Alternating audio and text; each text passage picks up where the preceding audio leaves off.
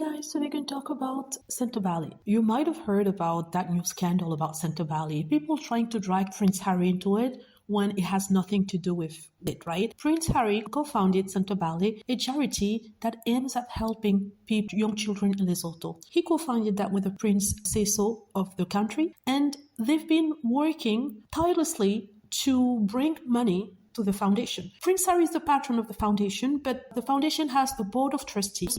The foundation was created in the UK by Prince Harry, and it abides to the rules of the UK when it comes to creating charities and foundations. So what's happening? The fact is, the board of directors decided to resign, right? Because they didn't agree with the policy of the new chairman, who is a certain person called Dr. Chandoka. So what was the issue? One of the issues was to bring everything back to Africa. What she wants to do all the fundraiser in Africa rather than in Europe, which is odd because in Africa, if you do the fundraiser, who is going to pay? Who's going to pay for the money? Because every year, Sentabale gets £10 million, which is about $13 million. This is taken off of all the polo matches that Prince Harry does, or the gallery events that's taking place in different places in Europe. And that's where the money is.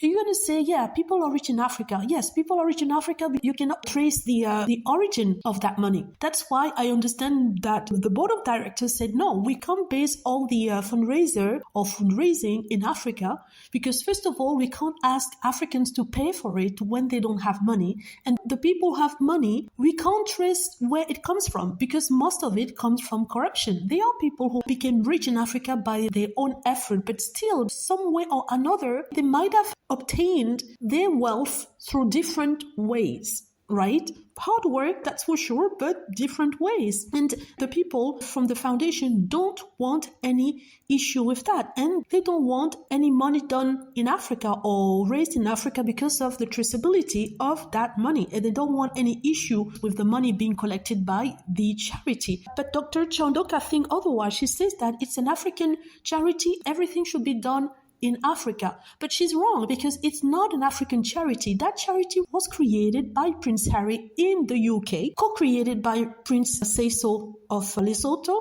but it's affiliated, attached to the British government system for charities. So she can't say it's an African charity, we have to do all the fundraiser in Africa, and every member has to be based in Africa. So Africans have to control that charity, which I don't agree with, in a sense that there are issues with corruption in Africa. There are issues with mismanagement of money by people in Africa. I'm not being racist here by saying that. I can't even be racist if you know who I am, actually. So unfortunately, they need to trace the money. They can't just hand over the governance of that charity to Africans, because there have been instances where most of the money given to charities in Africa disappear, and only little of that money is being used to help the people the fundraising were done for.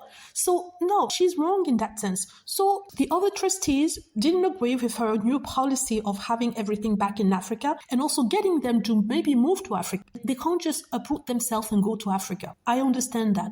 And also she's trying to say that this is an African charity. No, it's not an African charity. Part of it may be, but created by Prince Harry, and the fundraising is being done in Europe, money coming from Europe, from people who want to see Prince Harry play, who want to see the team of Follow play. So she can't just say, no, we're going to make it African. It's not an African charity. It's part African. The money coming from Europe and given by people whose money can easily be traced, which is not the case for Africa. So I'm not saying here that Africans are dishonest or whatever. It's just that they don't want to take any risk with associating with taking money from people they can't investigate. They have no way of tracing where the money is coming from. So, Dr. Chandoka doesn't agree, and the trustees all agreed, and were about to vote that she resigns. She said no, she doesn't want to resign, and she said she's going to sue them. What she did was to go to the UK charity governments to complain and to ask for an investigation in the way funds are being handled in the company. So, to which the trustees decided to resign. And Prince Harry and the Prince of Lesotho have decided to resign in solidarity of the trustees. Now, why it all went to the press? This is because some people leaked the resignation letter of Prince Harry to Times Magazine, and people think that it's Dr. Choduka who did that. And she also released her statement to Kate Mansi, a big anti-Harry and Meghan. In that letter, she said that she's a victim of racism, misogyny, and misogynoir. I don't doubt that she had been at some point victim of misogyny, because I understand that when women are in power, especially among men, there's a possibility that these people might have behaved a certain way because they're not used to see women in power. So I give her a point there. But the fact is, why take this to the Time when she knows that the Time is extremely anti-Prince Harry?